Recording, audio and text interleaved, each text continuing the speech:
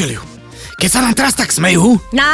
tak poviem ti vtip, ale taký, na ktorom sa nikdy, ale nikdy nikto nesmial. Kúkaj, ako im padne hrebienok. Myslíš každý tvoj vtip?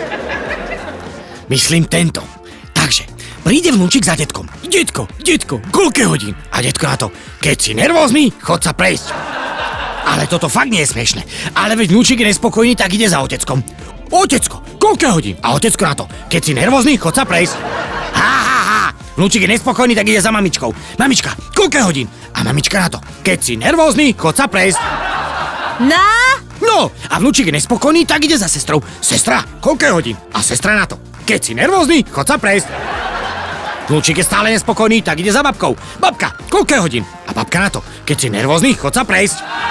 Vnúčik je nespokojný, tak ide za bratom. Brácho, koľko hodín? A brat na to, keď si nervózny, chod sa prejsť. Vnúčik je nespokojný, tak ide za bratrancom. Bratranec Fedor, koľko je hodín? A bratranec Fedor na to, keď si nervózny, chod sa prejsť.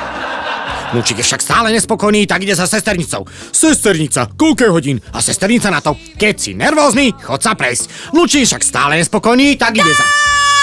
Toto sa nikdy neskončí, však to už nie je vtipné, to nikdy nebolo vtipné, bože, ty si úplne mimo, dykmena!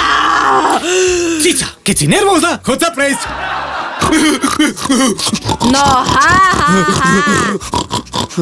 Dobre, čo? Zlé, najhoršie! Už ten no-name pôsobí ako bálzam oproti hocičom, čo ty povieš.